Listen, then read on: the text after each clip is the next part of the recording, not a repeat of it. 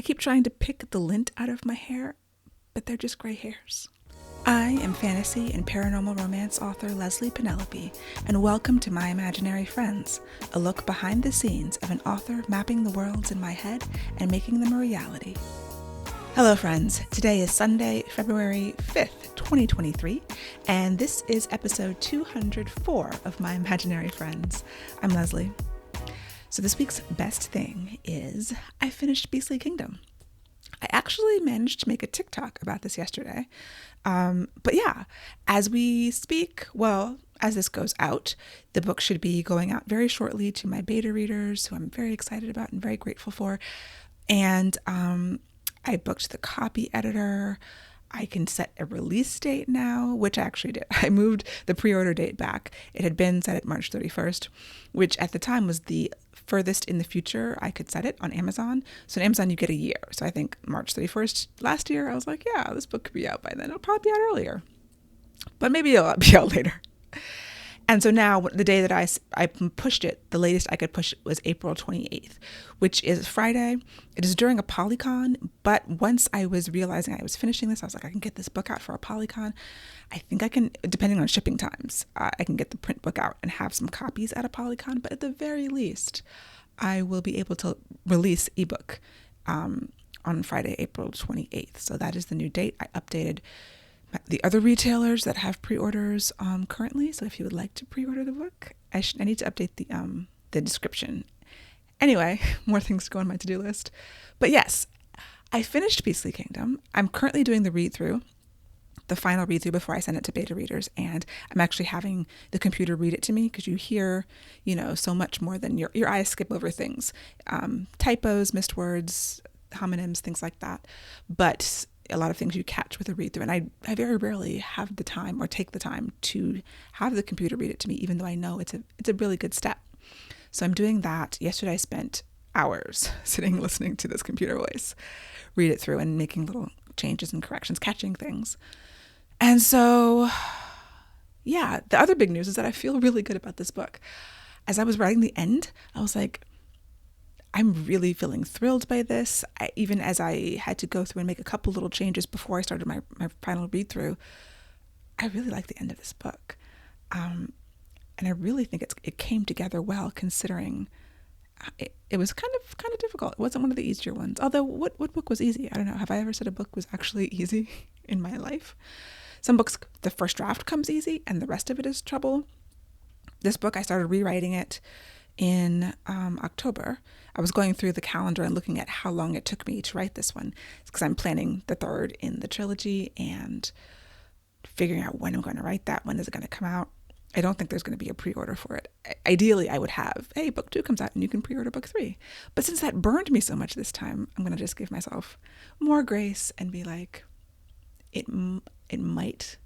There is a possibility. There is a world in which book 3, Brutal Fortress, comes out in 2023. That world exists. Is it realistic? It really depends on the other book I have to write this year, which is has not been announced yet. But if you've been a long-time listener, it's my 1830s book, which I sold to a new publisher, and that's due October 1st. So it really depends on how that goes, and lots of other things. So no promises.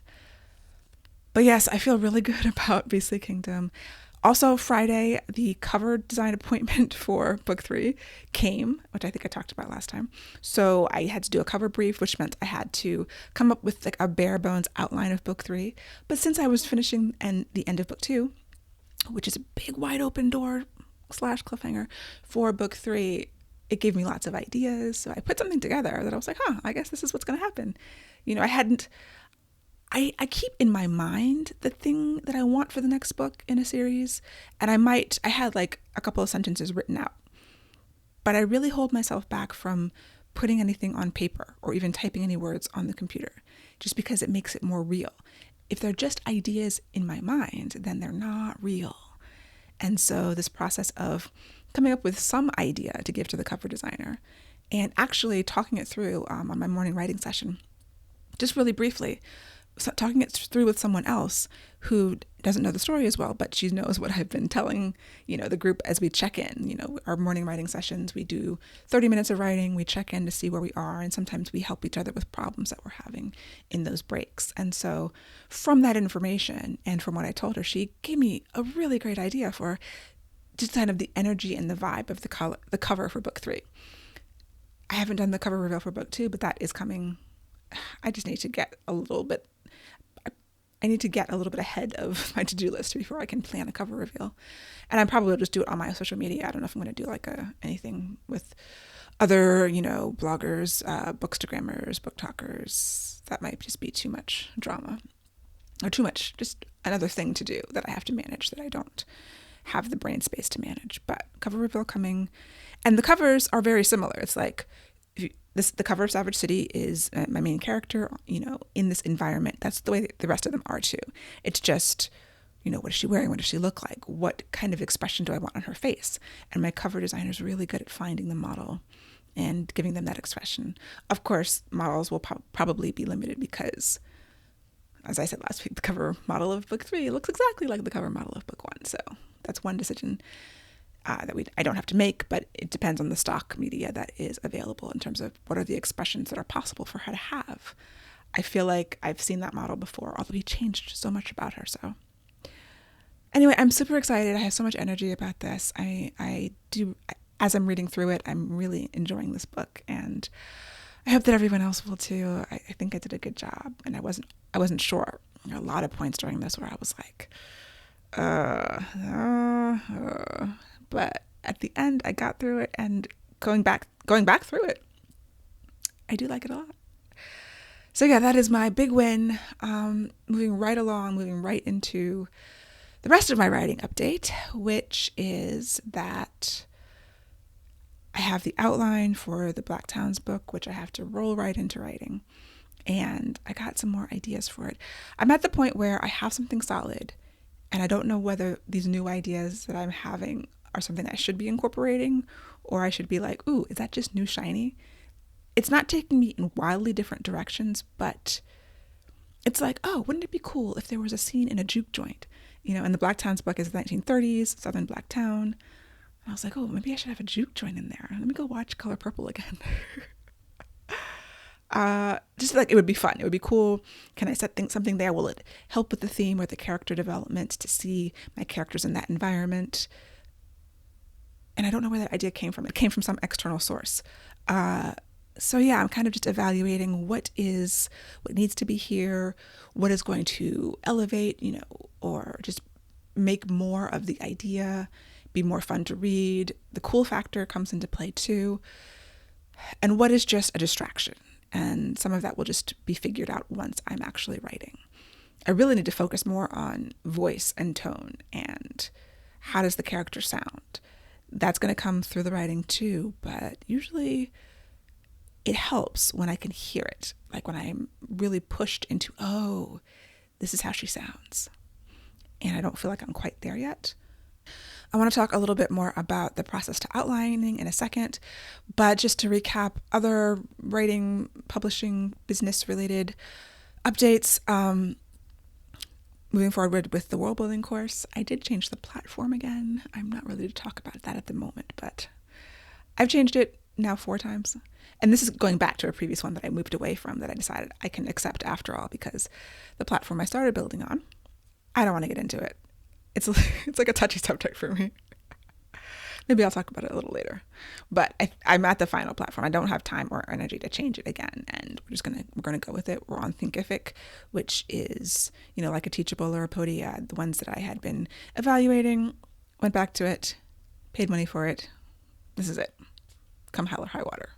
I'm just putting that out there. I'm just not changing again. Also, in really interesting news, interesting to me, I saw a comment on social media where a reader said that she had actually discovered the poet Langston Hughes by reading my book, The Monsters We Defy. Langston Hughes is a character in that book. And this is, judging by her profile, kind of a youngish white woman, I think maybe European, based on her spelling of things. And she also said in a comment that, she hadn't ever learned of any non-white poets in school. And the idea that someone who appears to be an adult human on this earth had literally never heard of Langston Hughes until they read my book. I was just flabbergasted. And I shouldn't be. Like, I take it for granted that I grew up with Black history, that, my brother is named after Paul Laurence Dunbar. His name is Paul Laurence James. And we grew up with our parents reading Paul Laurence Dunbar and Langston Hughes. For my 8th birthday, I got a copy of Ego Tripping by Nikki Giovanni as a birthday present. Like, there's so much that I think my family brought to it, because I can't say whether I learned about these people in school. I don't think that I did in any real way. I had very, very few Black teachers. I went to all white schools, or majority white schools. Like, my high school was 10% Black. Although, I was part of the first African American history class in the school.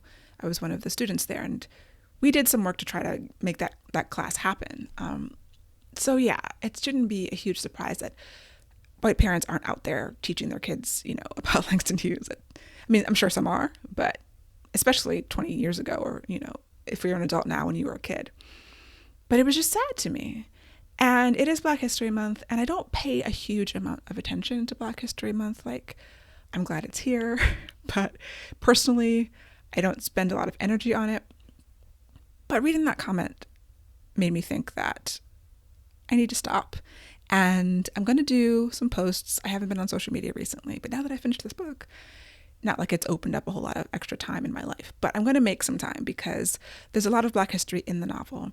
And February 9th, a few days from now, as I'm recording this, is the 6th-month anniversary of the book coming out. If I've counted properly, it came out August 9th.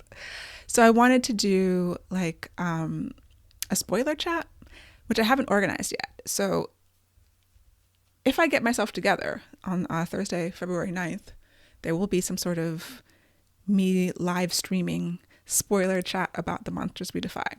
So if you are listening in real time and are interested in that, check my social media for, I might be announced it like a day or two before. Once again, I feel very overwhelmed, and it's tax season and I have to put the taxes together, and I hate that, and it's drawing so much energy from me. But I will make time to do some posts about some of the historical figures that are in Monsters, and to hopefully do this February 9th. Now that I'm saying it out loud, I'm promising you guys, do this spoiler chat. I just feel like it's an opportunity that I shouldn't take for granted, that people know about these characters and these figures, these real life people, and that they know anything about Black history. And that's what the month is for. I mean, Carter G. Woodson is a character in the book, and he created Negro History Week, which became Black History Month. And that is a small mention that Negro History Week is coming because the book is 1925. That started 1926, just a few months after. So I put it in the book, just like anything I could, I put in the book. So yes, I'm going to do that. And there's a lot of Black people that don't know about Black history either, I was talking to my husband who was like, yeah, he knows a lot of Black people who had no idea who Sojourner Truth was, and just all these other people. And his parents were, even more than mine, teaching him Black history. Like, he was a little militant child in elementary school, but he grew up in all Black schools, and so it was a slightly different situation. But yeah, I was both saddened and sort of honored that this reader found out about some Black historical figures from my book, from a fiction book. That's one of the reasons why, I mean, not that I could have thought of that happening, but it was important to me to bring in like these people, some real life people, and try to bring them to life in the novel to the best of my ability.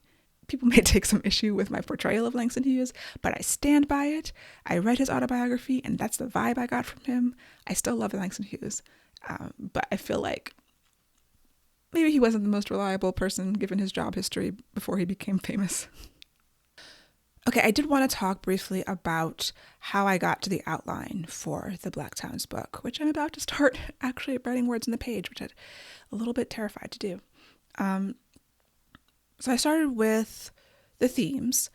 Going a couple weeks back, I had this mind map of the themes that I talked about. And from that, I went through and I started making note cards. I used the program Whimsical to make virtual note cards just so I could toss out ideas and reorganize them and reorder them. And once I had tossed everything out, I reordered them to try to be in approximate order. At first, I was trying to put them into the Save the Cat structure because I do have a Whimsical template that I created for Save the Cat, and I will link to that in the show notes as well. It's on my website too. But that became too stressful. It was too much. And I felt like this is not a Save the Cat book. Every book isn't for every structure. So I went way looser and just said, okay, 3 acts, beginning, middle, end.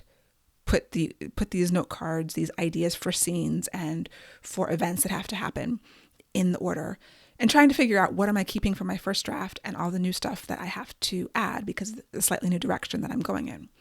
And so I did that. I laid that all out in Whimsical. I had my 3 acts.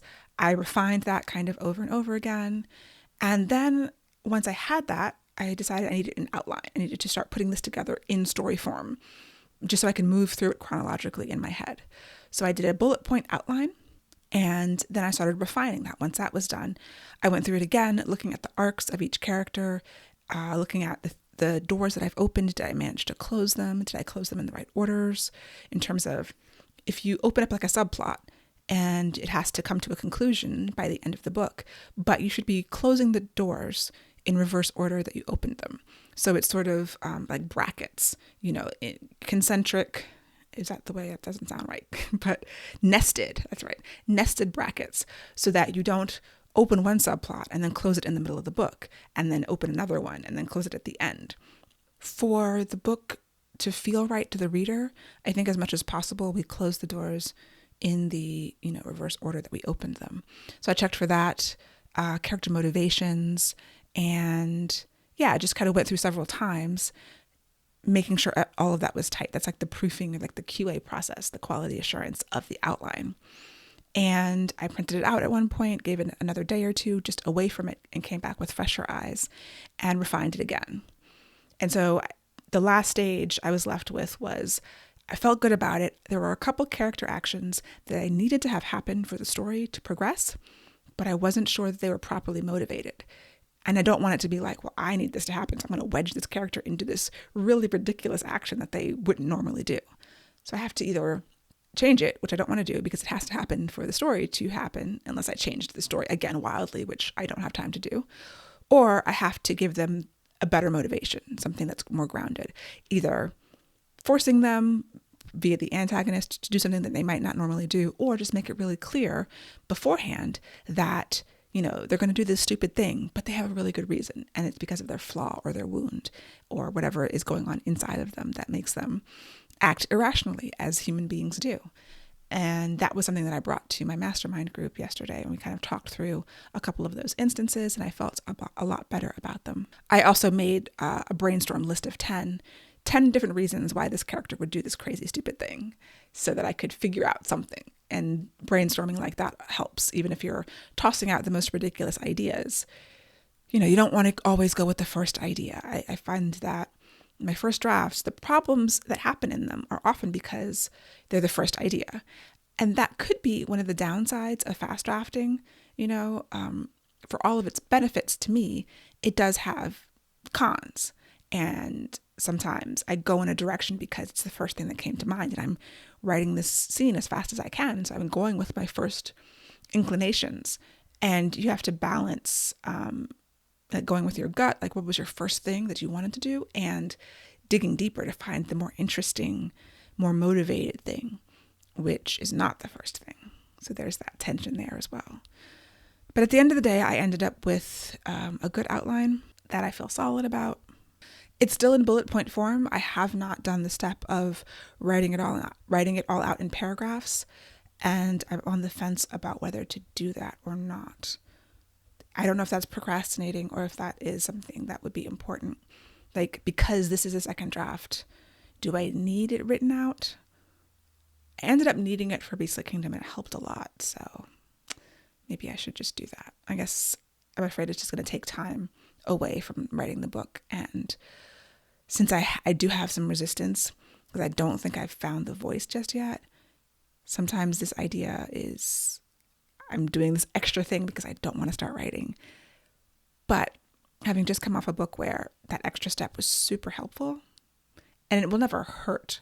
Like, I don't think, aside from the time, the process won't hurt. It could only help me. So maybe I just bite the bullet and try to do that in a day, which means taking it from a 6-page outline to something like a 15 to 20 page paragraph outline. I guess I should do that. I've talked myself into it. Damn it. But yeah, that was my outline process, and I'm ready to go. I'm not really ready to go, but I need to go. So I'm as ready as I'm going to get. There are some events coming up. February 8th is Feyroba, part of Fantasy Romance February, and there's a bunch of free books. My book, Angelborn, is free. I said it free. It's free now. I did it early to make sure it worked.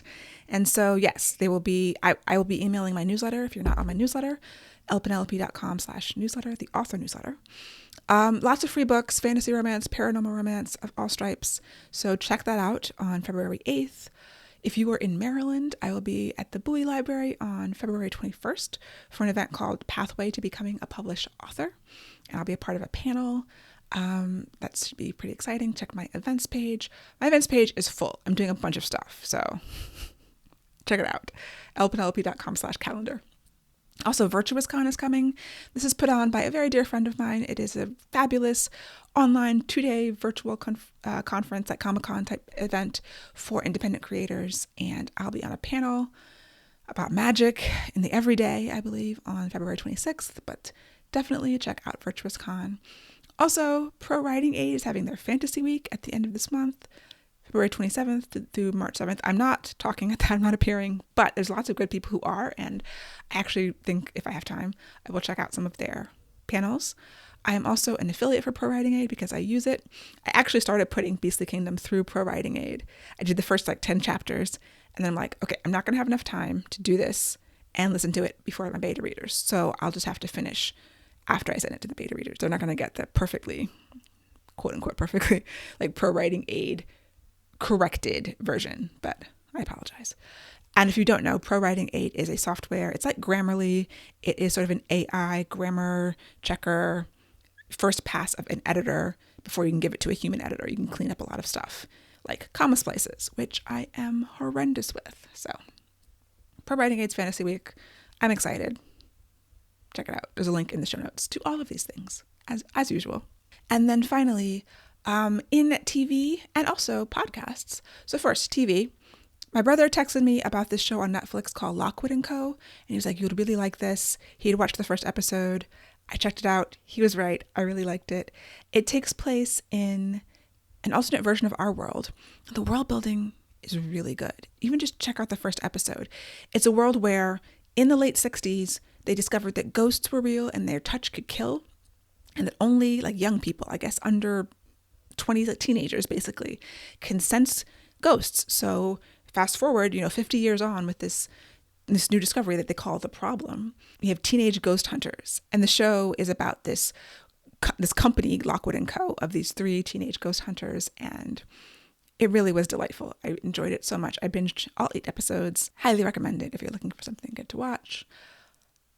Also, I've talked about The Last of Us before, but last week was episode 3, which was a tearjerker, but amazing. Start watching the show if you are not. It's really good. On the podcasting side, I've been listening to this short 8-episode podcast called The New Gurus. It's from the BBC. It's by this British journalist, and it's all about these new online gurus in different spheres. They have a wellness guru.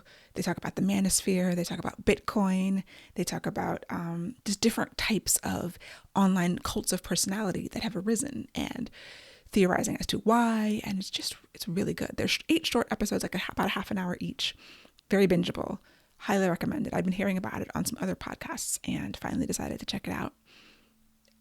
And it made me think about sort of the gurus that pop up in the writing space.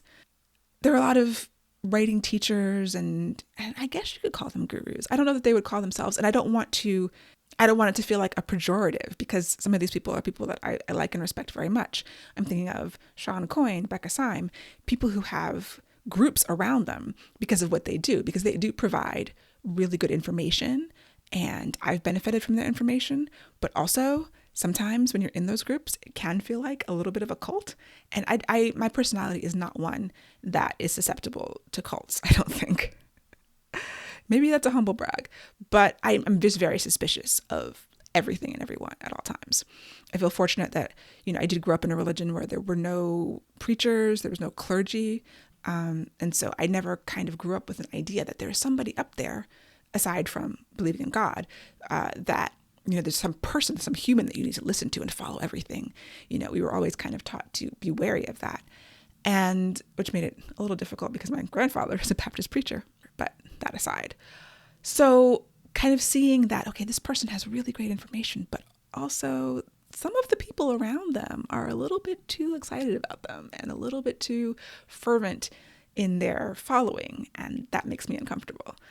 So yeah, great podcast. I think that it's very on point to say that in this age of YouTube and podcasts and, social media where you can create a following, and you kind of have to in order to make your money that way, to make a living that way if you're trying to do that. But even just to get your message out, whatever you're trying to say, you need an audience in order to say it. We all, authors want to be read. We want our message out there, our words, our creations.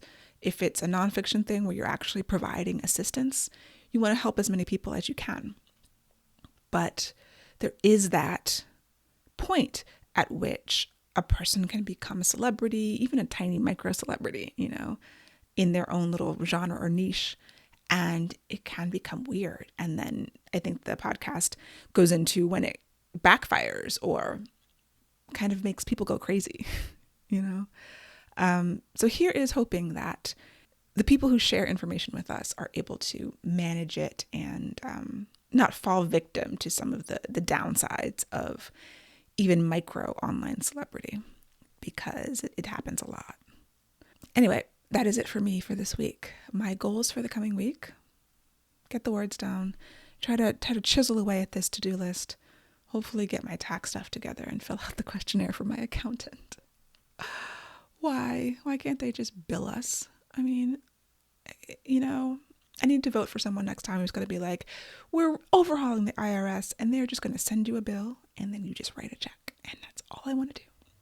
Because they know. There's this whole meme I saw about that. But I mean, we all know how this works. I hate tax time. So yes, get the words down. I'm a little frazzled, so I'm sure there's many, many more things I have to do this week that I will hopefully get to. And I will talk to you next week. I hope that you have a wonderful week. For episode show notes and to sign up for the Footnotes newsletter and get the show notes in your inbox, go to myimaginaryfriends.net. Subscribe wherever you get your podcasts and watch the video episodes on YouTube. I would really appreciate a rating or review to help support the show. And you can email me at podcast@elpenelfree.com. My Imaginary Friends is part of the Frolic Podcast Network. For more fantastic podcasts, go to frolic.media/podcast.